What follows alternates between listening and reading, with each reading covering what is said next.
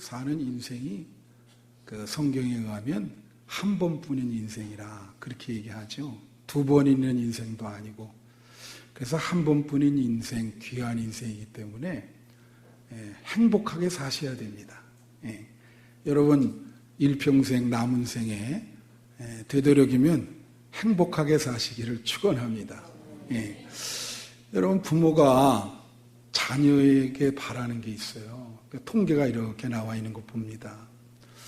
근데 뭐 부모가 자녀들이 뭐 어떤 부모는 법관이 되라, 의사가 되라 이런 거 바라잖아요.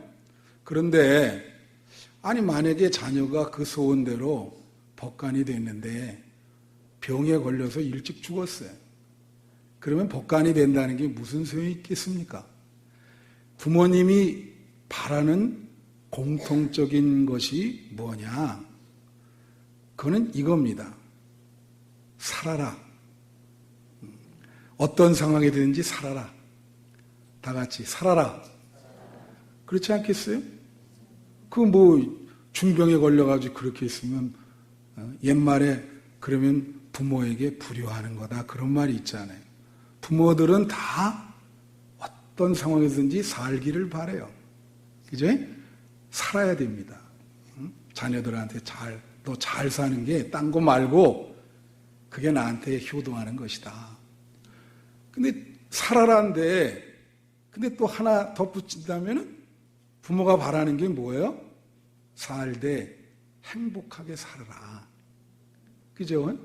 사는 건 사는데 행복하게 살면 좋죠. 맨날 그렇게 마음 찢으면서 근심 걱정에 불행하게 산다면은 그 부모가 안쓰러워서 어떻게 보겠어요? 이제 제가 신학교 가려고 그러니까 우리 아버님이 크게 반대를 해요. 그래서 제가 간절히 원했더니 우리 아버님이 하는 말이 너가 이 길을 가면 후회하지 않겠냐? 마음이 행복하겠냐? 그렇게 물어보시더라고요. 그래서 제가 두 말 않고 마음이 좋을 것 같습니다. 그래서 허락해 줬어요. 자식이 행복하게 살려고 하는데 어떤 부모가 맞겠냐? 그러니까 행복하게 살아. 그런 말이죠. 여러분 하나님도 마찬가지입니다. 부모와 하나님은 부모와 마찬가지예요. 하나님도 여러분이 죽기보다는 되도록 살기를 원하세요. 그죠? 그래서 그 하나님 앞에 생명을 끊는 게 굉장히 큰 죄인 거예요. 근데 살기는 살되 또 어떻게 살기를 바라냐? 행복하게 살기를 바라는 거예요. 하나님도 마음이 똑같아요. 여러분 보고. 그러니까 여러분이 신앙생활 잘하려면 하나님 앞에 행복하게 사셔야 돼요. 행복하게 살면 하나님이 기뻐하십니다. 아하, 내 자녀가 이렇게 행복하게 사는구나. 그러죠? 예? 그래서 행복하게 살아야 돼요. 근데 이 사람들이 오해와 착각하는 게 있어요. 행복을 위해서는 행복의 조건이 있는데 무슨 생각들을 하냐면 돈이 있어야 되고, 그죠? 또 뭐 건강도 있어야 되고 그런 어떤 외적인 조건들을 많이 따져요. 물론 일리가 있죠. 근데 돈이 있다고 돈이 많다 그래서 행복하냐? 그렇지 않죠. 돈이 많아서 불안하고 고통받는 사람 참 많습니다. 어떻게 할 수가 없어가지고. 문제는 뭐예요? 성경에서 얘기하는 것은 너의 마음이다 이거예요. 마음을 관리를 잘하면 행복할 수 있다. 어떤 상황에서도. 그래서 잠언서에 보면 무릇 지킬 만한 것 중에 내 마음을 지키라. 생명의 근원이 여기서 나오는 것이라. 그래서 여러분 생명 충만하게 살려면은 마음 관리를 잘 하셔야 돼. 마음 관리를. 그래야 어떤 상황에서든지 행복하게 살 수 있어요. 자기 마음을 자기가 잘 이렇게 주재하고 관리할 수 있기 때문에. 그래서 우리가 행복하게 잘 살려면 어떻게 해야 되느냐? 오늘 본문은 바로 그 마음 관리를 어떻게 해야 되는지 마음 관리를 잘 할 때에 행복이 온다고 하는 것을 세 가지로 보여주고 있는 본문입니다. 근데 오늘 본문은요, 해석하기가 쉽지 않은 본문이에요. 제가 새벽 기도 때 이제 한번 여러분에게 말씀드렸지만, 이게 주석서에 보거나 또 이런 설교집에 보면 이 본문이 얘기하는 본질을 이렇게 피해서 지나가는 게 너무 많아요. 설명하기가 쉽지 않으니까. 근데 오늘 본문이 참 중요합니다. 행복을 위해서. 그래서 그 세 가지가 뭐냐? 첫째로는요, 우리가 행복하려면 균형적인 감각을 가져야 행복하다. 그거예요. 균형적인 감각. 그래서 오늘 전도서 7장 16절부터 17절에 뭐라고 나오죠? 이런 말이 있어요. 지나치게 의인이 되지 말고 지나치게 지혜자가 되지 말라. 그렇게 되면 스스로 패망하게 된다. 이 기절이 좀 이상하죠. 그 다음 기절은 또 뭐라 그래요? 지나치게 악인이 되지 말고 지나치게 우매하게 되지도 말라. 그러면 너희는 죽을 것이다. 여러분, 이 지혜자가 하는 말이 무슨 뜻인지 아시겠습니까? 여기서 우선 몇 가지를 제가 말씀을 드리면, 우선 여기에 지나치다라고 하는 말이 있어요. 지나치다. 지나치다라는 말. 그러니까 지나치다라고 하는 말은 이 어떤 그 균형이 상실됐다는 얘기거든요. 그죠? 균형 감각을 잃어버렸어요. 너무 지나쳐. 좀 여기까지 스톱하면 되는데 그러질 못해요.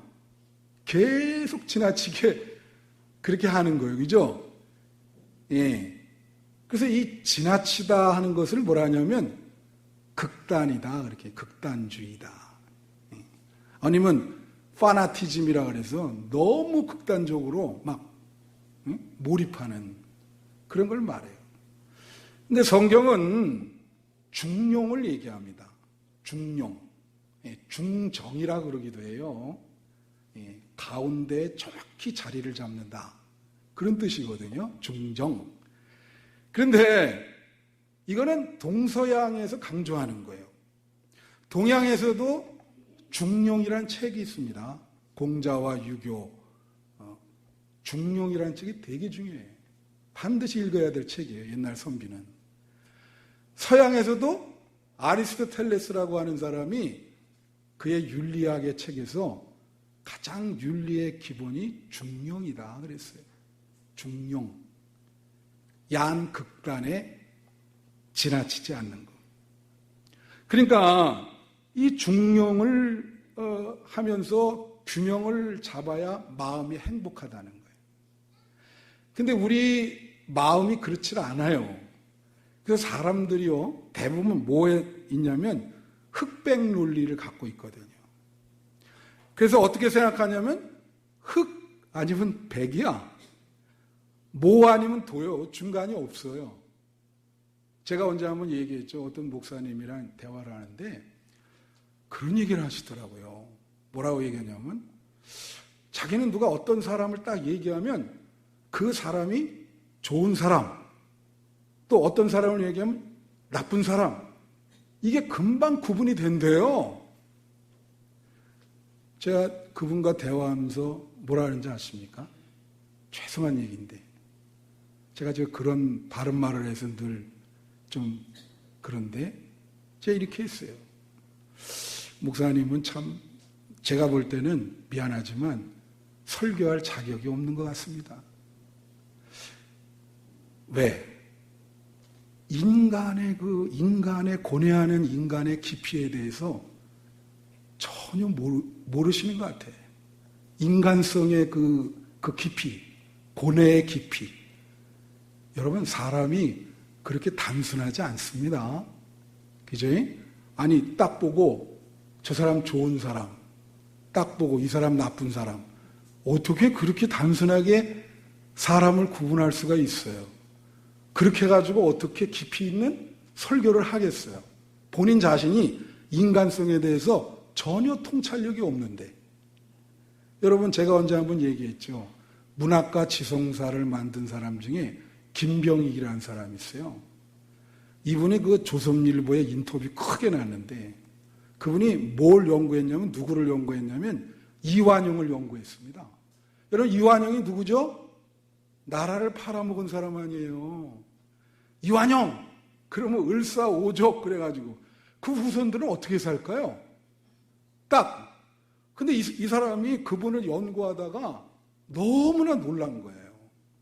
뭐냐면 이분이 서재필 그 독립신문 그거 발간할 때 그 뒤에서 잘 발간되도록 도와주더라고요. 그 기록이 있어요. 그러니까 이 사람이 연구를 하다가 놀란 거예요. 야, 이렇게 매도하는데 이런 좋은 점도 있는데, 그 사람이 있잖아요. 그렇게 단순하지 않습니다. 여러분, 그렇게 단순하게 생각하면 여러분 마음이 늘 괴로워요. 쉽게 그렇게 하면 안 돼. 흑백 논리에 있기 때문에 늘 사람이 갈등하고 싸우는 거거든요. 예? 그다음에 그렇기 때문에 너무 뭐가 되냐면 이상적이 된다고, 사람이. 너무 이상적이 되면 어떻게 되느냐? 현실성이 없어져요. 신앙은 현실성이 있어야 됩니다. 여러분 신앙이 만약에 현실성이 없다면 여러분은 완전히 몽상을 하고 있는 거예요. 여러분의 현실적인 문제를 여러분이 갖고 있는 신앙이 해결할 수 있어야 됩니다. 믿습니까? 신앙이 여러분에게 장식품이 돼서는 안 되는 거예요. 그게 뭐 성경책 끼고 나 이렇게 믿는다. 그게 뭐야? So what? 그리고 그 신앙이 여러분의 인격을 변화시킬 수 있어야 돼요. 그리고 현실에 여러분의 신앙이 영향력을 행사해야죠. 그래서 그게 신앙의 현실성이 있는 겁니다. 그러니까 제가 말해요. 선과 악의 구별보다 삶이 먼저예요. 선과 악의 구별도 우리의 삶이 있은 후에 있는 거예요. 그것 때문에 여러분의 삶이 망가지면 안 되죠. 그래서 좀 어렵게 얘기하면 신앙생활을 잘하는 사람은 현실 생활에서 선과 악을 잘 통합할 수 있는 능력을 갖고 있어요. 잘 통합한다고, 이거를. 예? 근데 괴롭고 맨날 이거 마음이 불안하고 맨날 싸우고 이런 사람들은 이 통합 능력이 없어요. 그래서 이게 어려운 거예요. 여러분 16절에 보면 지나치게 의인이 되지 말라 그랬습니다. 이게 참 해석하기 어려운 구절인 거예요. 무슨 말이에요? 여러분 의인이라고 하는 뜻은 여러 가지 뜻이 있습니다. 그 중에 하나가 뭔지 아세요? 올바르게 사는 사람이 의인이에요. 근데 지금 뭐라고 얘기합니까? 지나치게 올바르게 살지 말라는 거예요. 지나치게 올바르게 살지 말라. 이거 어떻게 해석할 거예요? 성경에 이렇게 얘기를 하는데. 예? 지나치게 율법적인 사람 있죠? 아주 그냥 그렇죠? 그러지 말라는 얘기요. 여러분, 아까 이상을 얘기했는데, 이상이 높은 사람이 있어요. 지나치게 이상이 큰 사람이 있어요. 그런 분들은 현실의 어려움을 겪습니다. 그러니까 이 말은 지나치게 이상적이지 말란 얘기예요. 제가 늘 이거 얘기할 때 얘기하죠. 여러분, 공산주의라는 게 뭐예요? 공산주의는 재산과 돈이 사람들에게 똑같게 분배가 되는 거예요. 근데 그게 현실 생활에 실현이 가능합니까? 왜 불가능하죠? 당연히 인간이 욕망을 가지고 있잖아요. 자기 자신이 남보다 더 많은 돈을 갖기를 원하거든. 인간이라면 누구나. 여러분도 그렇고 나도. 그 욕망을 제어할 수가 없어요. 그러니까 그거는 현실이 불가능해. 만약 그런 생각을 갖고 현실 생활을 하면 자꾸 남을 죽이게 됩니다. 안 되는 걸 가지고 자꾸 그러니까 현실성이 없죠, 사람이. 그러다 보니까 자꾸 죽이지. 막 어렵게 막 갈등을 하지. 그 현실을 받아들여야 되거든. 아, 이게 불가능하구나. 여러분, 신앙생활도 마찬가지예요. 어떤 목사님이, 제가 늘 얘기하지만, 신앙인은 24시간 예수님만 생각해야 된다. 그렇게 얘기합니다. 제가 하나 물어볼게요. 여러분, 24시간 예수님만 생각할 수 있어요? 여러분, 머리가 심리학적으로 그렇게 안 됩니다. 그리고 이게 생각이 많이 들기 때문에 아무리 노력을 해도 불가능해. 차라리 그렇게 얘기하기보다, 성도 여러분, 가끔 우리 생각에 나쁜 생각이 드는데 그 나쁜 생각을 믿음으로 어떻게 극복할 수 있겠습니까? 이렇게 얘기하는 게 나아요. 여러분, 어떤 분이 항상 기도를 많이 한다고 자랑을 해. 어떤 분은 말해요. 막 하루에 7시간 한대요.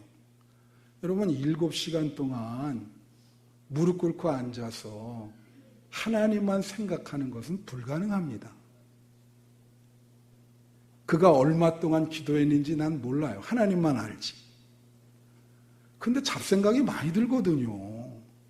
제가 보기에는 7시간 만약에 앉아있다 하더라도 제대로 기도한 거나 아마 한두 시간이 될까?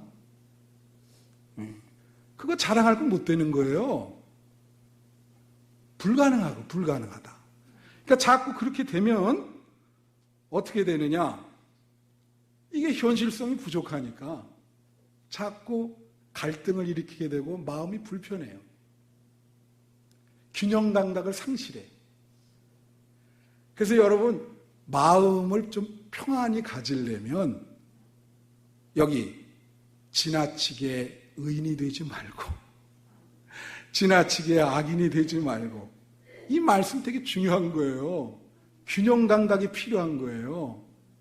현실성을 인정해야 되는 거예요. 믿습니까? 그래야 여러분 마음이 평안해요. 아담이 그렇게 파라다이스에서 범죄하잖아요. 없는 게 없는데.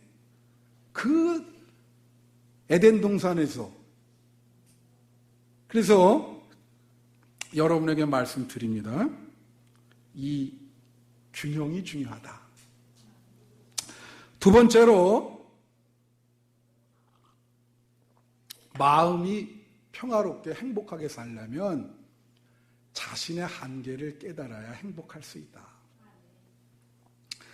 여러분, 오늘 본문 20절에 이런 말이 있어요. 무슨 말이냐면, 선을 행하고 전혀 죄를 범하지 아니하는 의인은 세상에 없기 때문이다. 이거 언더라인 쳐야 돼. 이게 진리인데 사람들이 자꾸 착각을 해요. 이거 로마서 3장에도 나오죠. 뭐라고 나오죠? 이게 지금 얘기가, 전혀 죄를 범하지 아니하는 사람은 세상에 없다는 거예요. 이거 진리인데 사람들이 착각을 해. 이 말은 뭐냐면 하나님 앞에 우리가 다 부족하다는 거예요. 한계가 있다는 거예요. 그거를 잘 받아들이면 마음이 평안하다는 거예요. 여러분, 그걸 아셔야 돼요. 상대방이 죄인이에요. 상대방이 많이 부족해. 근데 여기서 얘기하는 건 뭐예요? 상대방뿐만 아니라 나도 부족하다는 거예요. 상대방이 죄인이에요. 나도 죄인이요. 그러니까 여러분, 여기 여러분들 아셔야 되는 게, 의인으로 지금 와서 예배 드리는 거 아닙니다. 다 죄인으로 예배 드리는 거예요. 예수님이 안 계시면 여러분 예배를 드릴 수도 없어요. 용서받은 죄인으로 여기서 예배 드리는 겁니다. 믿습니까? 사람들이 어떤 생각을 하냐면 상대방도 죄인이고 나도 죄인인데 상대방만 죄인이라고 생각을 하거든. 그러니까 마음이 불편해. 저 사람 죄인인데 왜 교회 나오나? 저 사람 어떻게 하려고 그러나? 자기는 죄가 더 많은데. 그죠? 그러니까 얼마나 마음이 불편해요. 사람 볼 때. 똑같은데. 다 한계를 지니고 있는 사람인데. 부족한데. 여러분, 사도 바울이 뭐라고 얘기했습니까?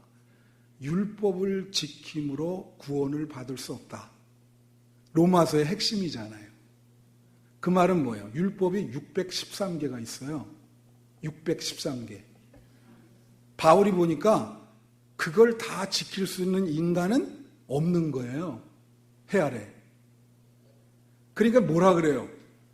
율법을 행함으로 구원을 받지 않고 예수 그리스도의 십자가를 믿음으로 구원을 받습니다. 할렐루야. 왜 그래요? 예수님의 십자가가 우리 죄를 용서하잖아요. 그래서 구원을 받는 거지. 율법을 다 못 지켜요. 그걸 지킬 수, 바울이 그냥 진짜 진리를 얘기한 거죠. 그래서 하나님만이 의로운 거예요. 여러분, 18절에 뭐라고 얘기합니까? 너는 이것도 잡고 저것도 잡고 내 손을 놓지 않은 것이 좋으니 하나님을 경외하는 자는 이 모든 일에서 벗어날 것이다. 그러니까 선과 악의 이분법에 빠지지 말고 그것에서 자꾸 집착을 하면 마음이 평생 불행해요. 여기서 말하는 건 뭐예요? 그것을 벗어버리고 싶으면 하나님만 경외하라. 하나님이 다 알아서 주실 것이다. 믿습니까? 하나님만 붙들어요. 그럼 여러분 마음 편안해. 그렇지 않고 하나님의 대리 역할을 하려고 그러면 마음이 괴로운 거예요. 그잖아요? 막말로 말해요, 여러분. 나의 의랑 여러분의 의랑 그 탑을 한번 쌓아볼까요? 쌓을 수 있어요? 어떤 사람이 의로운지? 그거 다 부질없는 일입니다. 하나님 앞에는 다 부족한 사람이에요. 죄인이요. 명심하세요. 그 다음에 세 번째는 뭐냐면 저주하지 않고 저주받지 않는 삶이 행복한 삶이라는 거예요. 여기 놀라운 기절이 있어요. 여기 7장 21절부터 22절에 뭐라고 얘기합니까? 또한 사람들이 하는 모든 말에 내 마음을 두지 마라. 그리하면 내 종이 너를 저주하는 것을 듣지 아니하리라. 너도 가끔 사람을 저주하였다는 것을 내 마음도 알고 있다. 야, 성경에 이런 기절이 있다는 거 여러분 어떻게 생각하세요? 예? 이 말의 뜻이 뭐예요? 종이 뒤에서 저주를 한다는 거야. 근데 주인이 그걸 들으면 얼마나 마음이 아파요. 아픕니까? 안 아픕니까? 그러니까 뭐라고 권고를 하냐면 되도록이면 듣지 말라. 네 마음이 아프니까. 그리고 하는 말이 너도 가끔 사람을 저주하지 않았냐. 너가 가끔 저주했다는 걸 생각하면 그런 소리 들어도 마음이 좀 편안하지 않겠는가. 참 진리의 말씀 아닙니까? 그죠? 저는 저주, 뒤에서 욕하는 건데 이게 저주라기보다는 좀 승화시켜서 이런 표현을 쓰고 싶어요. 남을 오해한다. 남을 오해한다. 여러분, 행복하게 살려면요, 내가 남을 오해하지 않고 남도 나를 오해하지 않는 삶이 행복한 삶입니다. 왜냐하면 행복을 망치는 제일 괴로운 감정이 뭐냐면 억울함이에요. 다 같이 억울함. 억울한 감정을 느껴볼 때가 있었어요? 여러분? 저는 많이 느꼈습니다. 그것 때문에 밤잠을 설칠 때가 많았어요. 아마 여러분도 그렇겠지만은 제일 많이 오해받는 사람이 목사일 거예요. 지난번에 지난주에 우리 연합성회 하는데 장로님 2분밖에 안 오셨어요. 그 목사님이 저랑 연세대 대학원에서 같이 공부한 분이에요. 부인과도 같이 공부했어요. 아주 친해요. 그 목사님 그런 얘기 하더라고요. 난 그분이 그런 걸 있는 줄 몰랐어요. 자기가 목회하면서 오해를 많이 받았대.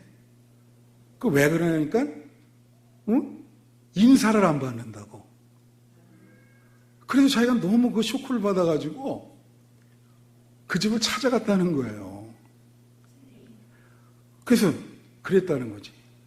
아니, 여보, 내가 목사인데 아무렴 성도가 인사하는데 안 받았으려고 이 사람아 내가 못 본 거지. 봤으면 어떻게 인사를 안 받나? 예? 그냥 가만히 저도 제일 많이 오해받은 게 여러 개 있어요. 그 중에 이것도 하나예요. 먼저 교회 있을 때는 문이 여기는 좁잖아요. 저거에 한 2배 이상 돼, 문이.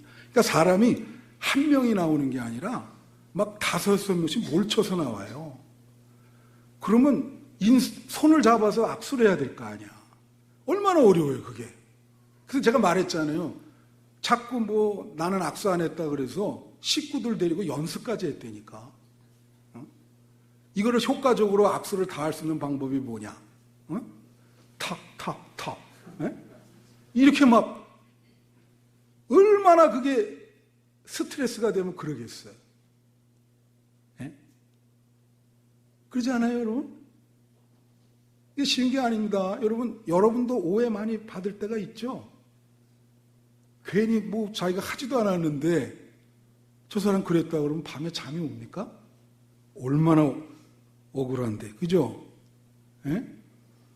그래서 제일 나쁜 게 있어요. 뭐냐면 이게 오해하다 보면 어떻게 되냐면 처음에는 추측을 해요. 그러니까 자꾸 상상을 합니다. 여러분, 그 심리학에 리플리 증후군이라는 게 있어요. 나중에 자꾸 추측하고 상상하다가 그 거짓을 믿게 됩니다. 진짜 그럴 거야. 그게 리플리 증후군이라는 거예요. 네? 근데 여기까지는 괜찮아. 근데 그거는 본인이 그렇게 너무 심하게 추측하고 상상하고 그러다 보면 잘못하면 그게 병에 걸립니다. 그렇게 심하면 그걸 파라노이아라 그래요. 그거를 피해 망상에 잡히거든. 그런 사람은 사람을 신뢰하지 못해요. 모든 사람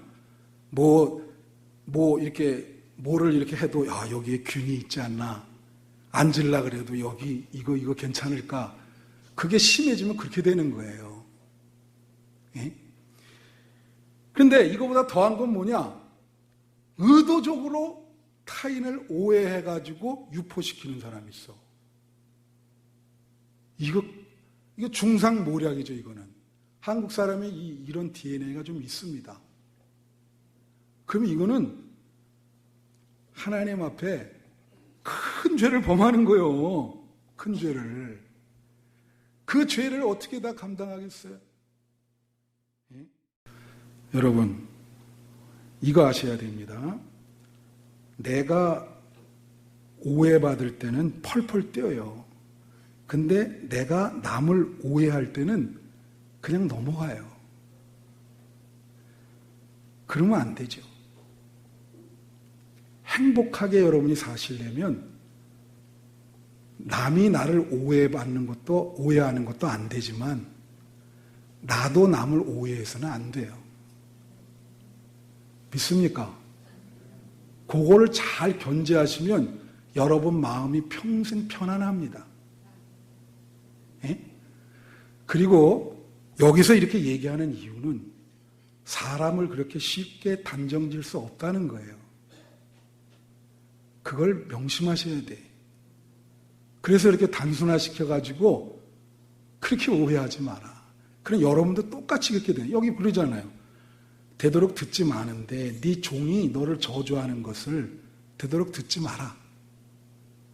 근데 만약에 들었을 때 네가 그렇게 억울하면 너도 사람을 저주했다고 하는 것을 기억하라. 그러면 마음이 편안해질 것이다. 이런 상황은 우리가 사람들 많이 모이잖아요. 이렇게 사람들 관계할 때 이런 상황은 항상 있습니다. 항상 벌어지게 마련이에요. 여러분 마음을 어떻게 관리하시겠어요? 이거를 오늘 이 본문에 지혜를 가르쳐 주는 거예요. 예?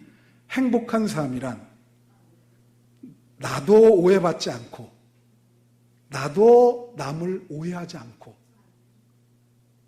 그 균형을 지키는 것이 마음의 평안을 얻는 길입니다. 명심하세요. 오늘 제가 남은 생에 여러분이 어떤 상황에서든지 행복하게 사는 길을 일러줬어요.